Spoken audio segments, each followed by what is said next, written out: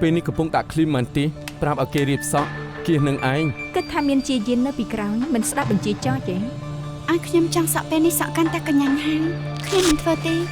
ចាំកាត់ចុះផ្សាយពាណិជ្ជកម្មសិនតែកាត់ចូលហើយណាឯណាលីជិន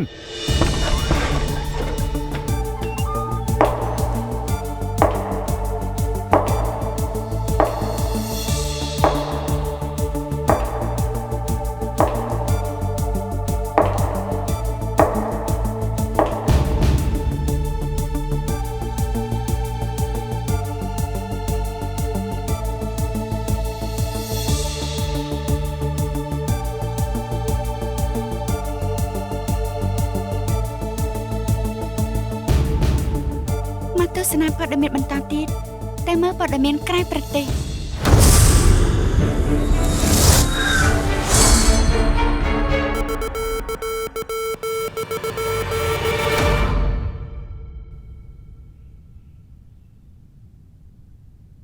ថ្ងៃទី31 ខែ 12 នៅហ៊ានយកចៃមកដាក់លើក្បាលខ្ញុំទៀត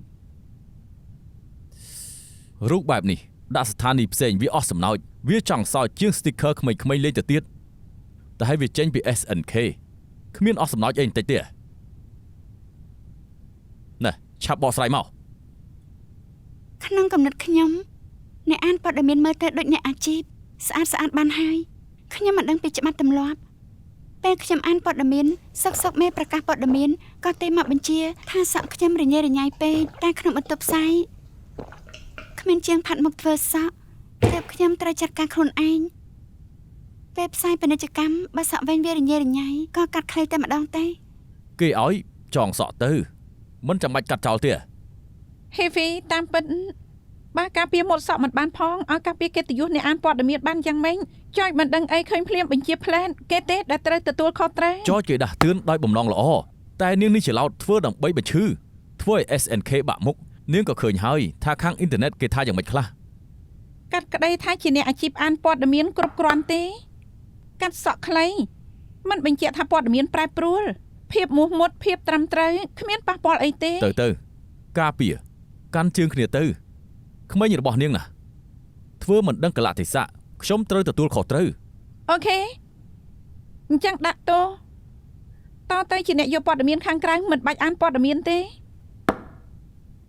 ធ្ងន់ណាស់ខ្ញុំនឹងចាំមេរៀននៅក្នុងចិត្តចាំឲ្យច្បាស់ទៅកុំចូលគ្នាដូចចប៉ីនឹងត្រខ្ញុំមិននិយាយលេងទេណាខ្ញុំសម្រេចចិត្តហើយនាងមិនចាំបាច់ធ្វើអត្ថបទទេហេវី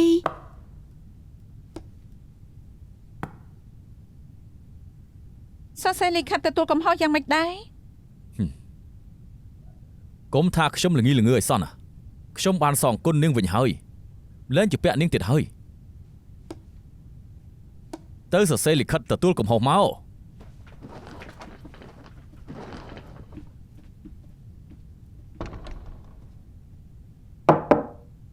ចេញ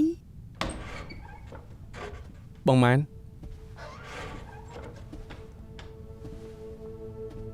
មកវិញធ្វើធំទឹកចិត្តតែងទួយ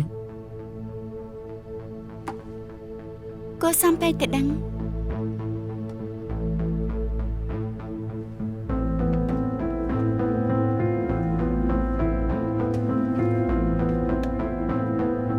ខ្លាចចង់ទៅភ្នំមានន័យពិសេសអីអត់ទេឃើញវាមានធម្មពលកាយទៀតផងអរគុណណាស់ខំមករកខ្ញុំដើម្បីឲ្យកាដូអីបងម៉ែនប្រកាសភាសាគួរតែដឹងថាបច្ចេកដណ្ដើមគ្នាប្រយុទ្ធបន្តជាអ្វី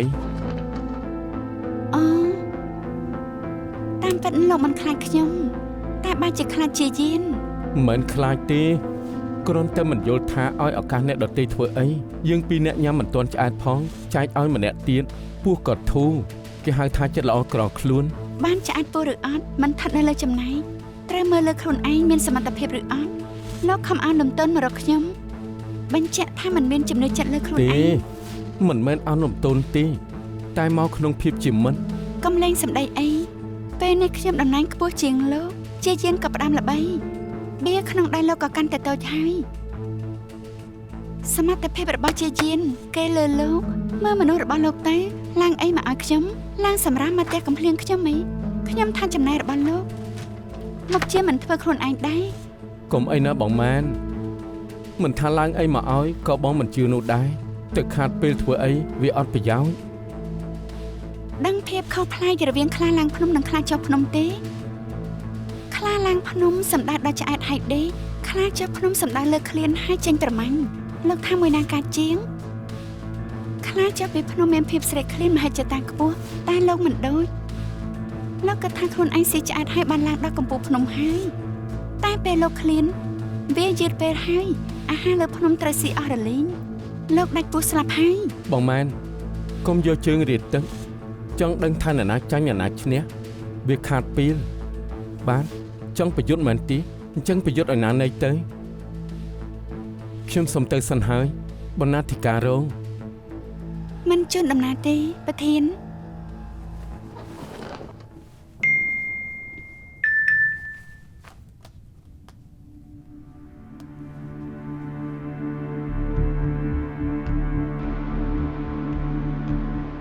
ពេលនេះមានពីរសំណួរ1ជារឿងពិតឬអត់2អ្នកណាជាអ្នកបញ្ជូនព័ត៌មានមក ឆានមានតែ3នាក់ទេបងហៀហ្វីនិងចយដូចជាចង់ឲ្យ SNK ចាក់ផ្សាយ គ្មានសារព័ត៌មានណានិយាយសោះ ពួកហៃសូដែលពាក់ព័ន្ធពេលនោះនៅដើរលេងផឹកស៊ីនៅឡៃគ្មានអ្នកណាផុសអីទេ ព័ត៌មានតែមួយដែលនាងចង់បាន ហើយតែបើផ្សាយខុសក្រៅពីឡើងតុលាការនៅខូចឈ្មោះស្ថានីយ៍ទៀត ថ្ងៃដែលសិនសែមកមើលហុងស៊ុយគេថាចាំងសិនប៉ៃឈឺធ្ងន់តែពេលបដូរហុងស៊ុយឲ្យហើយក៏ទៅជាផុតគ្រោះថ្នាក់ បងម៉ែនបងជឿរឿងហុងស៊ុយដែរ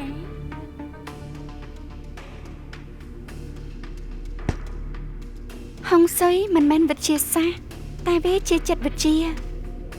ខ្ញុំចូលគេមកដើម្បីស៊ើបព័ត៌មានមិនមែនមើលហុងស៊ុយទេគេជាម្នាក់ដែលដឹងពីជំងឺរបស់ចាំងសុងប៉ៃច្បាស់បំផុតគេហ៊ាននិយាយពាក្យកោកតែវាគួរតែមិនឈឺធ្ងន់ដោយល្បីទេដឹង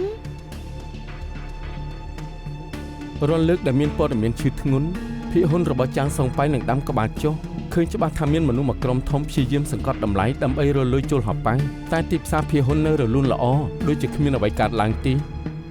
សំបីតែមេធាវីប្រចាំតកូលចាងសំបីតែរៀបចំបិណ្ឌសពក៏គ្មានដំណឹងបើជារឿងពិតនោះត្រូវមានព័ត៌មានចេញមកខ្លះហើយ មិនថាពិតឬខ្លាំងយើងត្រូវតែសួរហេតុអីបានត្រូវជាយើង អាចទៅរួចទេថាអត្តបទស្ពានអាកាសនឹងមានអ្នកវាយលុកភាពជឿជាក់របស់យើងឬមួយមានអ្នកសាងព័ត៌មានចង់ធ្វើព័ត៌មានដែលល្បីជាងមកគ្រប់ព័ត៌មានខ្ញុំ មែនឬអត់ក៏ហីតែធ្វើការចាស់ ចា៎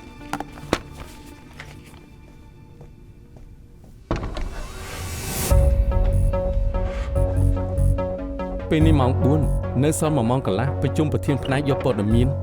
យ៉ាងម៉េចស៊ើបបានអីខ្លះទេ ស៊ើបបានស៊ើប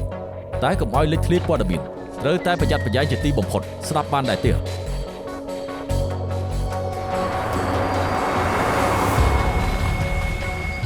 ចង់ដឹងការពិតត្រូវត្រួតពិនិត្យជាមូលដ្ឋានគ្រឹះសំខាន់របស់អ្នកយកព័ត៌មាន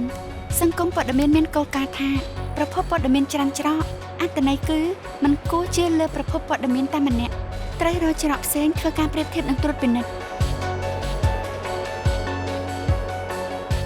ពាក្យថាប្រភពរបស់ព័ត៌មានច្រើនជាងមួយសំដៅលើប្រភពព័ត៌មានរបស់ម្នាក់និយាយឲ្យស្រួលស្ដាប់គឺពីសំណុំរឿងដែលគ្មានពាក្យប៉ុនគ្នា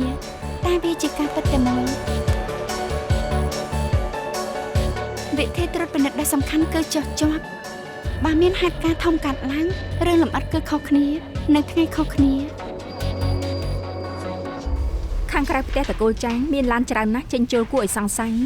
កំពុងតែឆែកមើលលេខឡានអ្នកយាមខាងក្រៅក៏តឹងរឹងខុសធម្មតាចេញចូលត្រូវពិនិត្យកាតបុគ្គលិកខ្ញុំចូលទៅមិនបានខ្ញុំឆែកមើលលេខទូរស័ព្ទអ្នកឆាតហើយជាលេខទិញក្នុងហាងអត់មានអត្តសញ្ញាណប័ណ្ណមិនដឹងអ្នកណាទេខ្ញុំសួរគេលៀននៅបឋាយិកាផ្ទាល់ខ្លួនដែលមើលថែគេកាលដើមឆ្នាំពេទ្យវិនិច្ឆ័យឃើញថាមហារាជសួរដំណាក់កាលទី3ព្យាយាមបាញ់កាំរស្មីទាល់តែបានធូរស្រាលតែរយៈពេលក្រោយនេះគ្មានព័ត៌មានខ្ញុំដឹងថាលោកចាងចូលចិត្តទៅអង្គុយនៅហាងតែមួយកន្លែងខ្ញុំទៅហើយតែអត់ជួបគាត់សួរម្ចាស់ហាងហើយប្រាប់ថាខានឃើញយូរហើយខ្ញុំសួរមិត្តភក្តិជាមេធាវីហើយត្រកូលចាងជួបទីស្នាក់ការមេ ធីវីមួយកន្លែងខ្ញុំទៅមើលហើយដូចជាខុសធម្មតា ស្ដាប់តែមិនគួរជាព័ត៌មានខ្លាំងៗទេ ខ្ញុំមិនយល់ស្របឆ្នាំនេះមានព័ត៌មានការស្លាប់របស់ចាងសុងប៉ៃដល់ទៅ2ដងព័ត៌មានខ្លាំងៗទាំង2ដងហើយខ្ញុំមិនចង់ជាអ្នកទី3ដែលត្រូវប្តឹងទី សម្រាប់ថាស្លាប់ឬរស់អ្នកណាប្រាប់ខ្ញុំបានអត់នឹងផ្សព្វផ្សាយអត់ ចាងសំប៉ៃជាមហាសេដ្ឋីលំដាប់ទី7នៃពិភពលោកគេស្លាប់ពិភពលោកនឹងផ្អើលតែបើយើងផ្សព្វផ្សាយមុនពិភពលោកនឹងយកព័ត៌មានយើងជាគោលដល់ពេលហ្នឹងយើងនឹងធ្វើឲ្យ NSK ល្បីពេញពិភពលោក បើផ្សព្វផ្សាយព័ត៌មានសេដ្ឋីស្លាប់ជាព័ត៌មានខ្លាំងៗត្រូវងាប់ខ្ញុំមិនលេងចូលទេ មិនក៏លោកដឹង នាងក៏មិនដឹងច្បាស់ ណែសម្រាប់ចិត្តបាននៅបន្តិចទៀតព័ត៌មានមានផ្សព្វផ្សាយរឿងតាពីចាងជីជីនយប់នេះដល់វេននាងហើយ ប៉ែទៅមានសិទ្ធិប្រកាសការស្លាប់ព័ត៌មានគ្មានតែបើនាយករងចង់សាក់លេងមកក្តារសុំទោសខ្ញុំមិនលេងចូលទេ បើព័ត៌មានមានផ្សព្វផ្សាយព័ត៌មាននេះខ្ញុំឈឺចាំឡើងច្បាប់តាមក្រោយ នាយករងលេងខ្លួនឯងទេ សៀវៃនាងហ៊ានទេ រឿងធំណាស់ហើយបុកពោះទៀតខ្ញុំខ្លាចថាខ្ញុំគ្រប់គ្រងអារម្មណ៍មិនបាន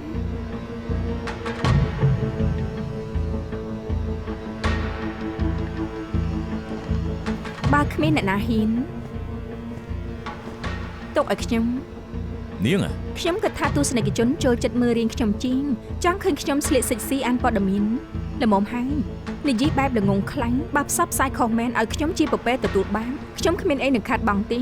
គោលដៅរបស់ខ្ញុំងាយណាស់ការសម្ដែងត្រូវដំណើរការបន្តទៀតក្រុមហ៊ុនមិនទាន់ដួលត្រូវមានអ្នកឡើងសម្ដែងបែបនេះទើបមិនខុសចំពោះទស្សនិកជនខ្ញុំប្រកាសបើឆ្លោះឆ្លួយក្រុមហ៊ុននឹងខាត់បងតិចបំផុត អូខេមកតាមខ្ញុំមកតែរកឈិតខ្មែរដែលស័ក្តិសម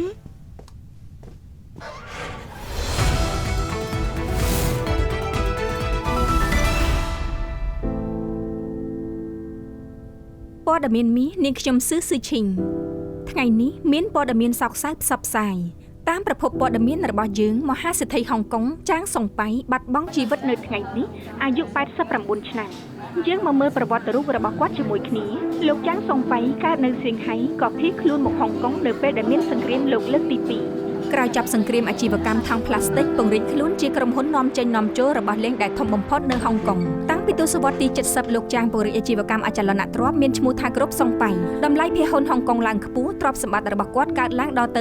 30,000 លានដុល្លារហុងកុងជាអ្នកហុងកុងដំបូងគេដែលជាប់ចំណាត់ថ្នាក់មហាសេដ្ឋីពិភពលោកតាំងពីដើមឆ្នាំនេះមានពាក្យចចាមអារាមថាលោកធ្លាក់ខ្លួនឈឺហើយមានដំណឹងនៃការស្លាប់ដល់ទៅ 2 ដងក្រោយមកក៏បើកបង្ហាញខ្លួននៅអង្គប្រជុំភាគហ៊ុនដើម្បីគ្រប់គ្រងពាក្យចចាមអារាមតតែល្ងាចថ្ងៃនេះថ្ងៃចុងក្រោយនៃឆ្នាំនេះខាងស្ថានីយ៍ទទួលសំណុំរឿងពីប្រភពព័ត៌មានដែលគួរឲ្យជឿជាក់លោកចាងសុងប៉ៃបានស្លាប់ហើយខាងស្ថានីយ៍នឹងបញ្ជូនធីមការងារផ្សាយផ្ទាល់ប្រចាំក្រុងទៅមន្ទីរពេទ្យយ៉ាងអឺននិងផ្ទះត្រកូលចាងមានព័ត៌មានថ្មីបំផុតនិងជម្រាបឲ្យទស្សនិកជនបានជ្រាបក្រោយពីទទួលបានដំណឹងសោកសៅយើងបានទៅហាងតែដែលលោកចាងចូលចិត្តទៅបំផុតថតរូបដែលស្រងេះស្រងោចមកបានលោកអ៊ំនឹកមិត្តចាស់ណាស់មែនទេ រាងកាយនៅក្នុងដីអត់ឃើញមុខសក់សនឹងដល់ថ្ងៃល្អកល្អើត ខ្ញុំបានឮថាលោកអ៊ំនិងលោកចាងភៀសខ្លួនមកជាមួយគ្នាអាហារពេលដំបូងដែលមកដល់ហុងកុងគឺស្លឹកចាស់ខ្ចប់បាយដំណើបមែនទេ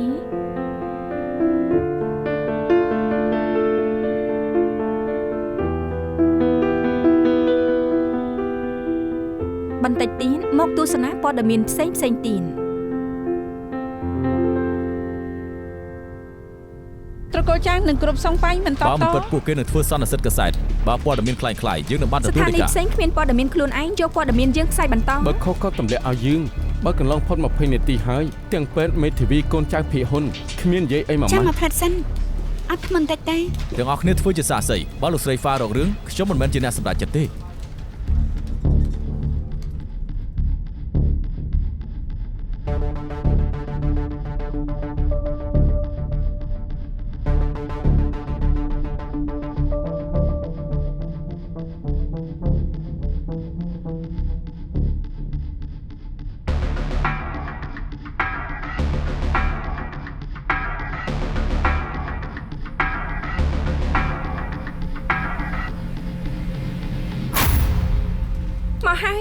ករបស់គ្រប់សុងប៉ៃប្រែជាពណ៌ខ្មៅហើយ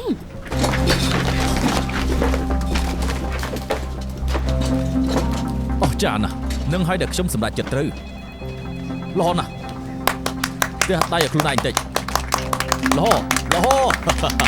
ល្អណាស់ល្អអូពិតជាល្អមែន មែនហើយល្អណាស់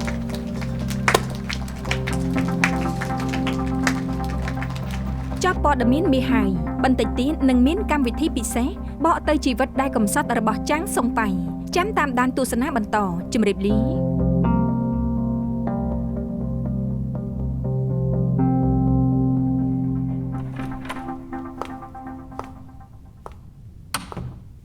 ពូកាណាខ្ញុំមើងងាយនាងហួសពេកស្មានម្ដងថាស្ថានីយ៍ត្រៀមកម្មវិធីពិសេសឲ្យនាងទៀតផងហ៊ានចាញ់ហ៊ានឈ្នះហ៊ានធ្វើហ៊ានទទួលខាធីមិនធម្មតាទេ ខ្ញុំត្រូវអរគុណបងម៉ែនបើបងមិនបង្ខំឲ្យយើងធ្វើកិច្ចការផ្ទះរកព័ត៌មានចាស់ខ្ញុំមកជាមិនដឹងសំណុំរឿងដែលលោកអ៊ំចាងនិងម្ចាស់ហាងតែភៀសខ្លួនមកជាមួយគ្នារឿងនីតិរបស់ពួកគាត់ធ្វើឲ្យព័ត៌មានពួកយើងល្បីណាស់ នាងរើសកិច្ចការផ្ទះធ្វើត្រូវចំណុច នៅលើវេទិកានេះខ្ញុំធ្វើកិច្ចការផ្ទះខ្លួនឯងមិនតាន់គ្រប់គ្រាន់ទេនេះទៅវិញទេកិច្ចការផ្ទះដែលខ្ញុំឡើងឲ្យនាង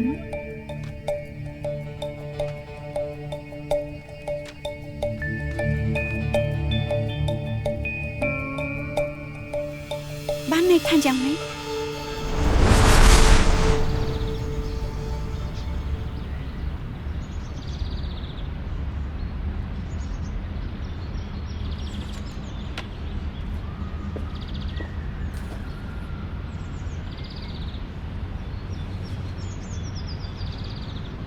គិតថាយប់មិញបានលេងតោះទៅយប់ជ្រៅហើយនឹងព្រឹកឡើងមកបន់ស្រន់ជាមួយខ្ញុំ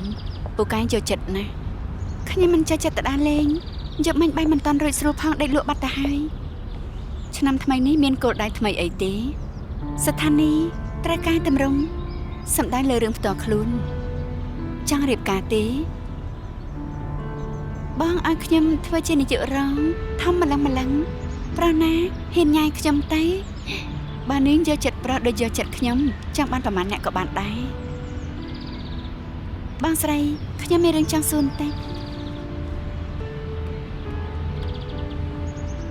អ្នកដែលឲ្យដំណឹងជាបងមែនទេព្រោះខ្ញុំគិតថាព័ត៌មានដែលអ្នកផ្ញើឲ្យត្រឹមតែ Heavy ខ្ញុំនឹងចោទពួកយើង3នាក់ហើយចៃដាន់ជាអ្នកមានអំណាចខ្លាំងបំផុតម្នាក់នេះមកជាដឹងពីការងារគ្រប់គ្រងក្នុងស្ថានីយ៍អ៊ំចាងជាមនុស្សល្អមិញខ្ញុំសូមឲ្យម្ចាស់ម៉ែការពារគាត់ផងបងជាមនុស្សចេះល្អណាស់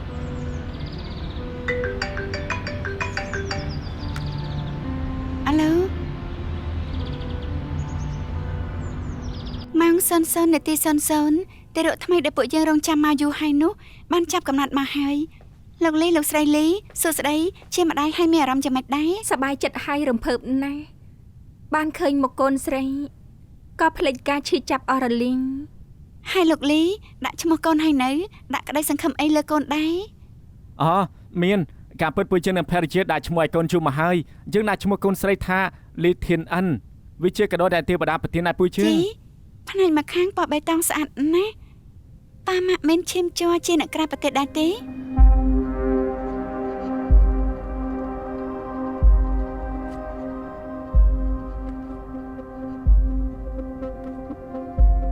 ផ្នែកមកខាងប៉បៃតងស្អាតណាស់កុំនិយាយពាក្យតែពេលជាចំណុចបាក់មុខបែបនេះខ្លាចជាសម្ដីវាយរ៉ាល់ក្នុងអ៊ីនធឺណិតហើយខ្ញុំសម្ដែងលើភ្នែករបស់ក្មេងមិនមែនសម្ដែងលើគេជាអាវេក ថ្ងៃទី1ខែ1ផ្ញើលិខិតមេធាវីមកឲ្យមើលតែប្តីប្រពន្ធនេះត្រូវការលុយមេធាវីក៏ចង់ល្បីសុំតបងម៉ែន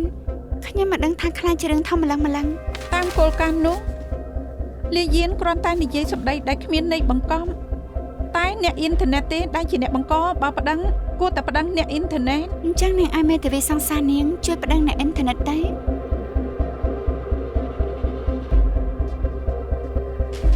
បើប្តីប្រពន្ធនឹងមានសតិគេមិនប្រើវិធីបែបនេះដោះស្រាយបញ្ហាទេយ៉ាងម៉េចពួកគេទាមទារអី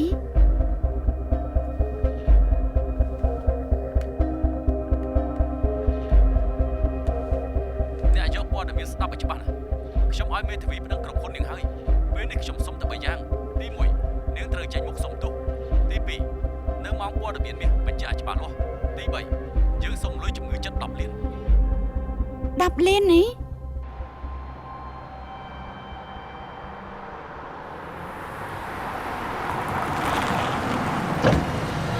ថ្មីនេះមិនសូវមានឡានទេឡើងមក មិនអីទេចាំមកផ្លែតមកដល់ហើយ គ្រាន់តែជិះឡានមិត្តរួមការងារមិនបាច់គិតច្រើនទេ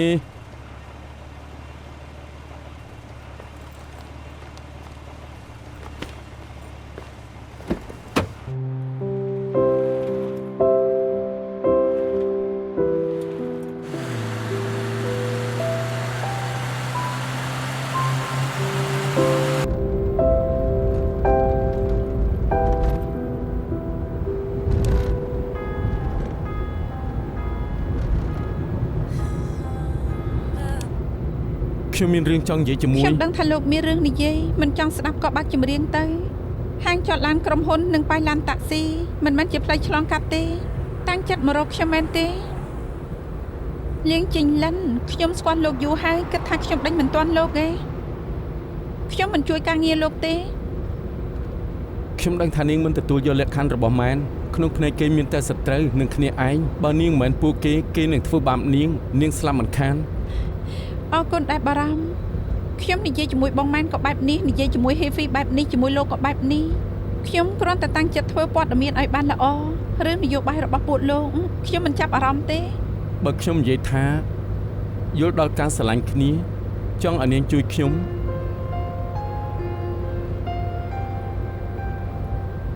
មិនចង់ចាញ់ខ្ញុំចង់បានមនុស្សប្រកែមកជួយពីមុនយើងត្រូវគ្នាណាស់ហេតុអីក៏សហការមិនបាន លោកក៏និយាយថាពីមុនខ្ញុំស្លូតត្រង់លោកក៏គ្មានធាតុភ្លើងចូលដំទៅចូលគ្នាបានតែក្រោយមកយើងដាក់ទៅផ្សេងគ្នាក៏បែកគ្នាទៅ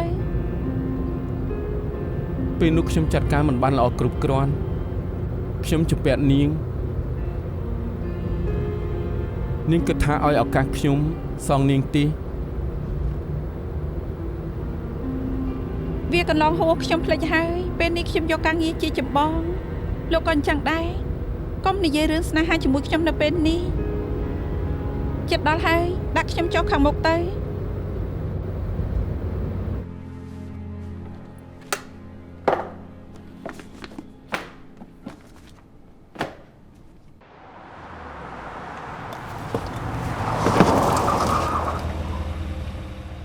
ខ្ញុំមិនទាន់ចោល10កែវទេ តែ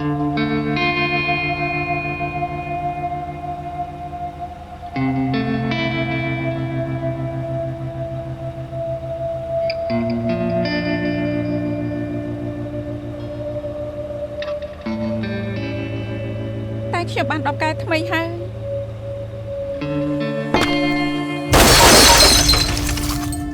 លោកកុំគិតច្រើនអីជំនួសការអោបខ្ញុំទៅធ្វើបាបបងម៉ែនគួរធ្វើខ្លួនឯងឲ្យបានល្អសិនតាមពិតពេលលោកធ្វើព័ត៌មានក៏ធ្វើបានល្អបើលោកតាំងចិត្តធ្វើមកជាមិនចាញ់អ្នកណាទេមិនចាំប្រជែងដណ្ដើមអំណាចគ្នាឡើយ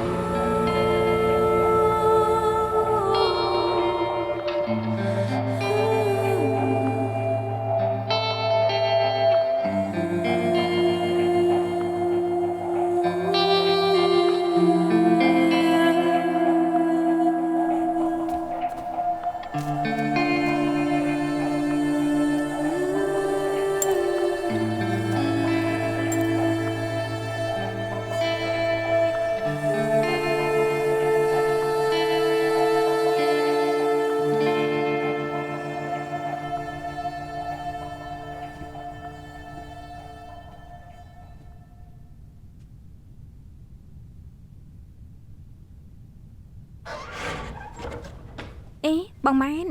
មិនក៏មកនៅទីនេះប្រជុំម៉ោង 9 ព្រឹកនៅទីលានកូនហ្គោលគ្មានអ្នកណាប្រាប់បងទេហ៎ ចាំឲ្យនាងមកប្រាប់នឹង អូ មកហើយ អរុនសួស្ដី អូម៉ែនគ្រប់គ្នាស្គាល់ច្បាស់ណាស់អ្នកអានព័ត៌មានលំដាប់លេខ1ពេលនេះនាងបានក្លាយជានាយករងផ្នែកអានព័ត៌មានហើយណា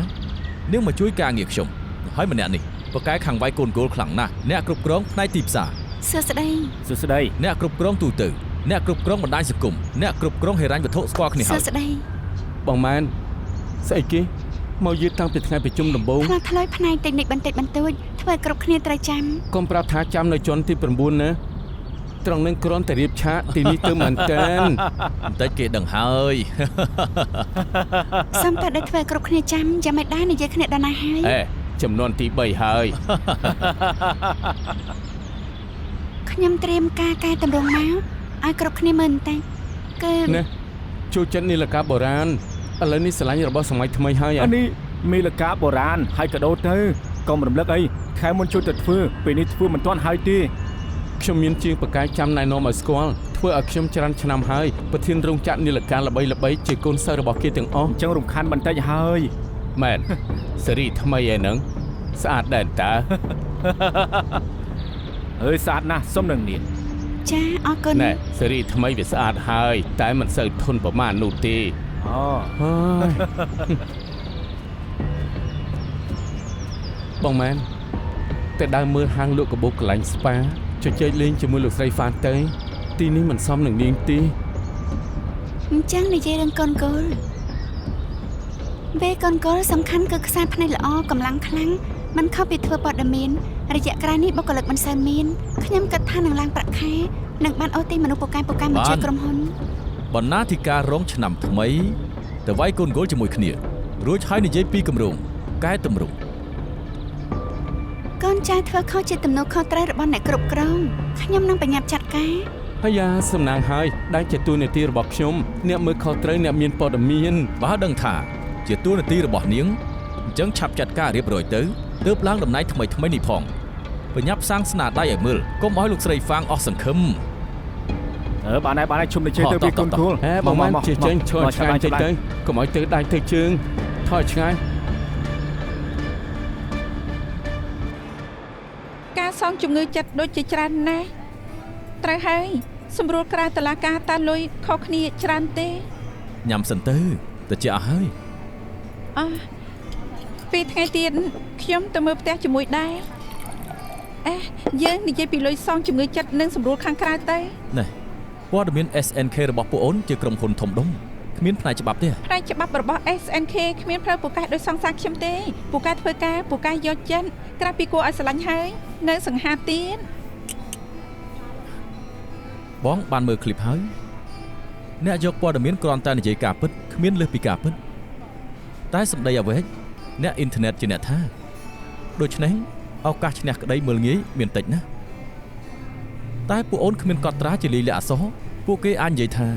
មិនដឹងថា SNK មិនដឹងថាប៉ះពាល់ដល់ថ្នាក់នេះសោះវាក៏ពិបាកនិយាយដែរប្តឹងបានសម្រេចឬក៏អត់ក៏មិនប្រកាសឡើងដល់តុលាការប្តឹងដល់អន្តរប្រើពេលច្រើនឆ្នាំវាស្មុគស្មាញណាស់ពួកឯងមានកត់ត្រាទុកទេបងជួយអូនបានតែប៉ុណ្ណឹងបើជ្រើជាងនេះត្រូវបង់ថ្លៃពិភាក្សាបងលៀបលែងចូលហើយប៉ុន្តែពួកអូនញ៉ាំបន្តទៀតចុះ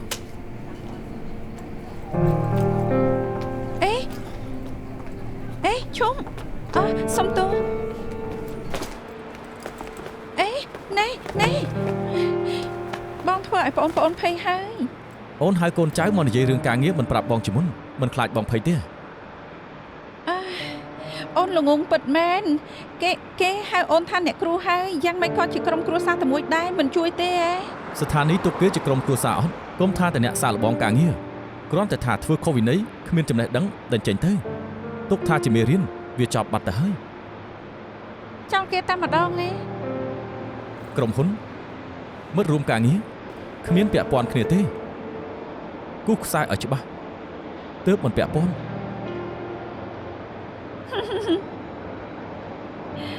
ជាគំនិតល្អបងឆ្លាតណាស់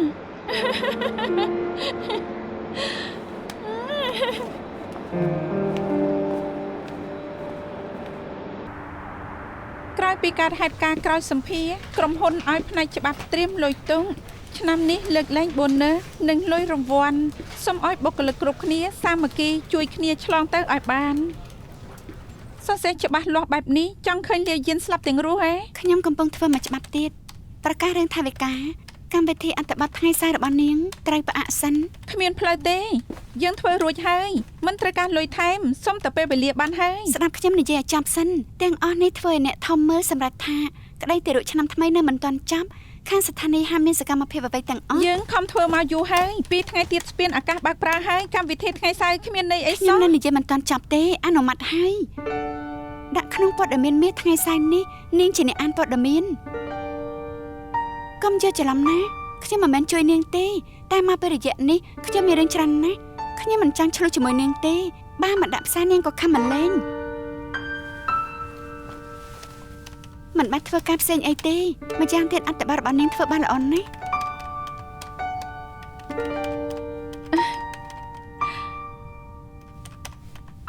ចង់ឲ្យខ្ញុំជួយអី នាងត្រូវចាត់ការរឿងក្តីឲ្យបានរៀបរយ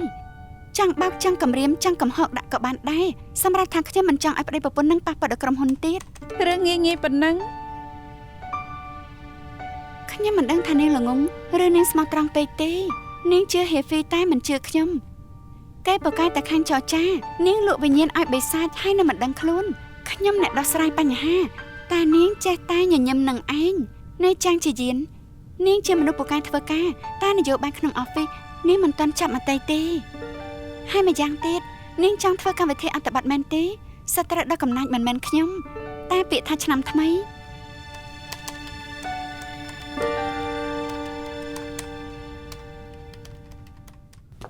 ហូយជាងផាត់មុខកឹបគេងណាមានតែរបស់អន់តែទាំងអស់អេសង្សារខ្ញុំគេចង់បានស្បែកជើងសេរី Limited មកគូជាង 10000 ឯងចាំបានទេកាលពីក្មេងម៉ាក់ខ្លាចយើងមានព្រូនបង្ខំឲ្យយើងលេបថ្នាំទម្លាក់ព្រូន យកម៉ាក់មកធ្វើលេសទៀតហើយស្រែណាស់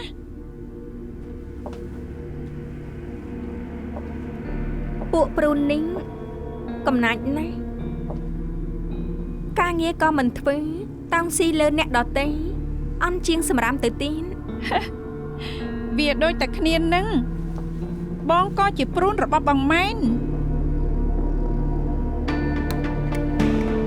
ខ្ញុំជាព្រូនតែស្គាល់ព្រំដែនស្គាល់ចំណុចឈររបស់ខ្លួនឯងក្មេងល្ងងអើយឯងដឹងអត់បើឯងធ្វើឲ្យម្ចាស់ស្លាប់ចុងក្រោយខ្លួនឯងក៏ស្លាប់ដែរ បើបងចិត្តសឿងមែនលេបថ្នាំព្រូនសម្រាប់ខ្លួនទៅបើចិត្តមិនសឿងទេកុំមកនិយាយច្រើនទុកឲ្យខ្ញុំជញ្ជក់ឈាមទៀតទេបងដឹងទេពេលជីវិតរលូនញ៉ាំឆ្អែតពូហើយមនុស្សគ្មាននឹកដល់របស់តូចតាចបែបហ្នឹងទេតែពេលព្រូនវានៅក្នុងពោះវៀន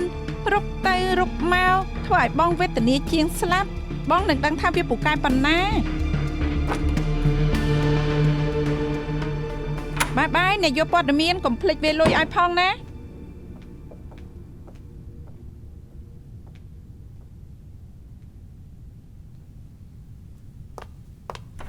កុំឲ្យអ្នកក្រៅចូលមកបន្ទប់តែងខ្លួនគ្រាន់តែរកកន្លែងជជែកលេងគួរឲ្យចាប់អារម្មណ៍ណាស់អញ្ចឹងត្រូវសួរបន្តិចឲ្យថាជជែកគ្នារឿងអី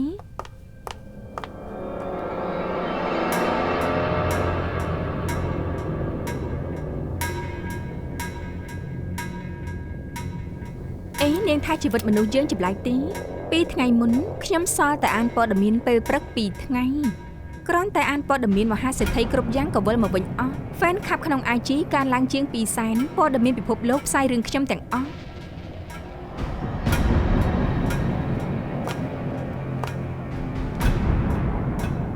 អ្វីដែលជារបស់នាងថែរក្សាឲ្យបានល្អមិនអញ្ចឹងវានឹងបាត់បង់ទៅស្រួលស្រួលអរគុណណាស់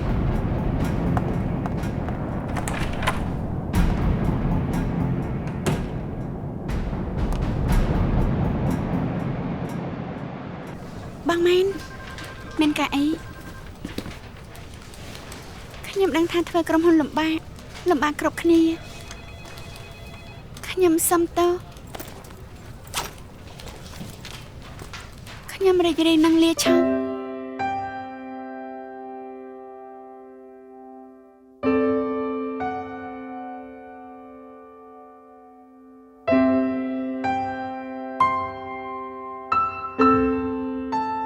ហើយបញ្ហាដែលនាងបានសាងណាស់ទទួលខុសត្រូវគិតចង់តែក៏ទៅអីបើដោះស្រាយមិនបានកុំទៅនៅមកផឹកកាហ្វេខ្ញុំទៀត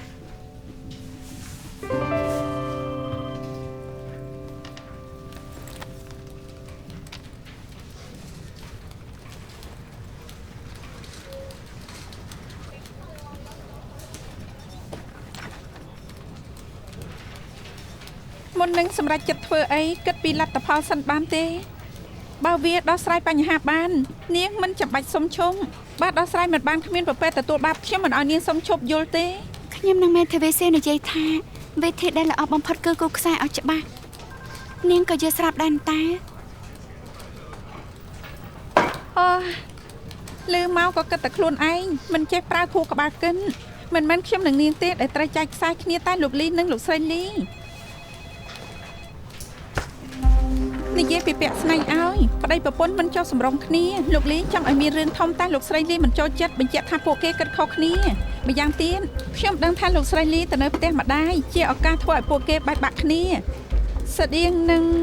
ប៉ូលីសសួរចម្លើយអ្នកទោសត្រូវបំបែកពួកគេចេញពីគ្នាសួរម្ដងម្នាក់កុំឲ្យត្រៀមទុកបានបែបនេះនឹងបានដឹងច្បាស់ហើយដែលឲ្យតែស៊ើបបានទេ មន្ត្រីពេទ្យប្រាប់ថាជារឿងផ្ទាល់ខ្លួនមិនអាចមើលប្រវត្តិរូបទារកឆ្នាំថ្មីទេត្រូវចាំឡើងតុលាការទើបបើកមើលបានតែកលៀននៅប្រធានយិកានិយាយប្រាប់ខ្ញុំថាលោកលីមិនព្រមពិនិត្យ DNA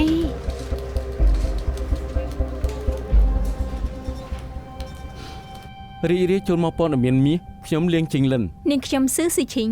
ព័ត៌មានសំខាន់ថ្ងៃនេះគឺមានតំណាងរាស្ត្រខ្លះសង្ស័យប្រព័ន្ធគ្រប់គ្រងមណ្ឌលចាស់ជរាឯកជនគ្មានស្តង់ដាររដ្ឋបានអះអាងថានឹងទៅត្រួតពិនិត្យ ពីព្រឹកមានក្តីសម្លាប់មនុស្សនៅធុយថុងប៉ូលីសចាប់ជនល្មើសបានជនរងគ្រោះម្នាក់បញ្ជូនទៅព្យាបាលនៅមន្ទីរពេទ្យវាងជេលីចំណែកការចាប់ខ្លួនប្រុសអាយុ28ឆ្នាំពីបទជួញដូរគ្រឿងញៀននៅថុងមិនឆែកឃើញហេរ៉ូអ៊ីនតម្លៃ500លាន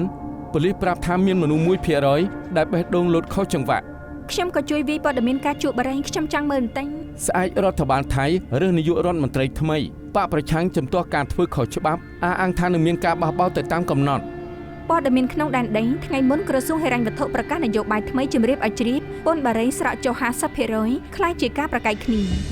ណែកានទេដាក់คลิปទៅ ឡើងទៀតមិនកើតប៉ុណ្ណឹងថ្លៃណាស់ហើយបង្ខំម្លឹងឲ្យលោកបរិយកិច្ចពន្ធអី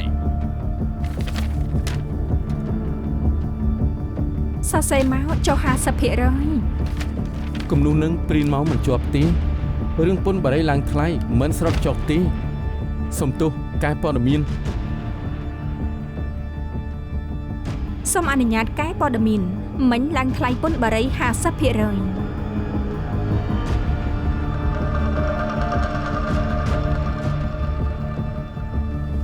ឈប់ភ្លាមណានាងឈួតទេមិនបានជាឆ្លងកាត់ក្នុងកម្មវិធីផ្សាយផ្ទាល់ជួនកាលអ្នកវាយក៏មានខុសមានបញ្ហាត្រង់ណាគិតថាធ្វើបាបខ្ញុំហើយនាងបានអានព័ត៌មានមាសមែនទេនាងសួរចុយហើយនឹងសួរបងម៉ែនចវាយនាងហើយនឹងតែវាមិនខុសទេស្រីបំរើក៏ជាស្រីបំរើពូកែតែលេងល្បិចពីក្រោយខ្នងខ្លួនឯងធ្វើខុសមកខឹងគេមុននឹងនាងជេរគេមើលខ្លួនឯងសិនទៅគ្មានចំណេះដឹងធ្វើអ្នកអានព័ត៌មានកើតដែរនិយាយចាប់ហើយនឹងទូរស័ព្ទខ្ញុំអស់ថ្មរវល់តែមើលខមមិនចំអឲ្យនាងមើលតតែអស់ថ្ម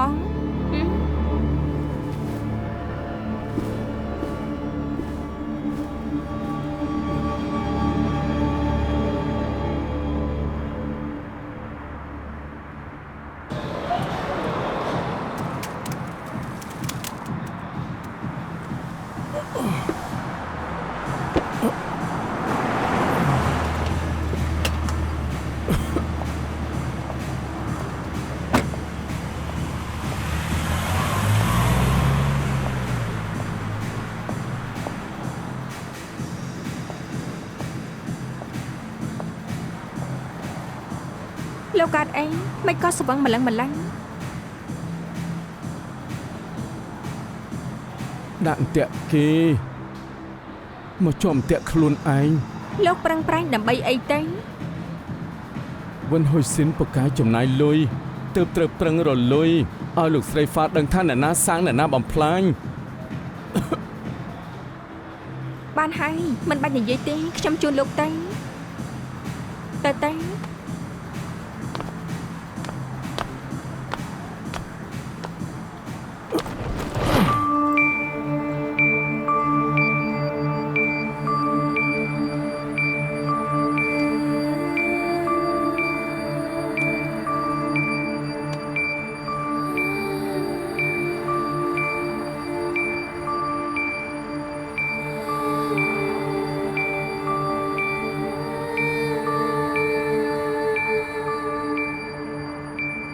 សុំទោស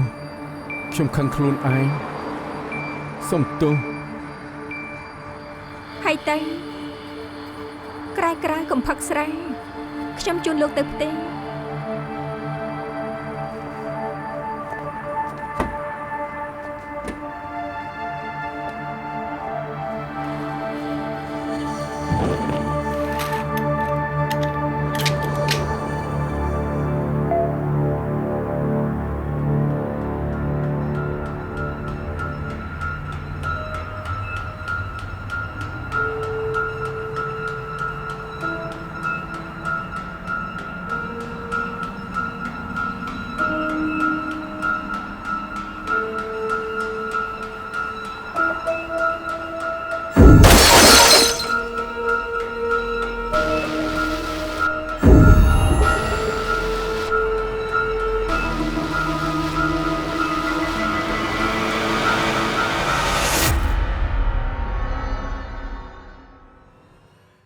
Feel the earth on the hill. I couldn't make it clear. I'm so confused. I found a mirror somewhere in my heart. Beautiful, it's beautiful deep inside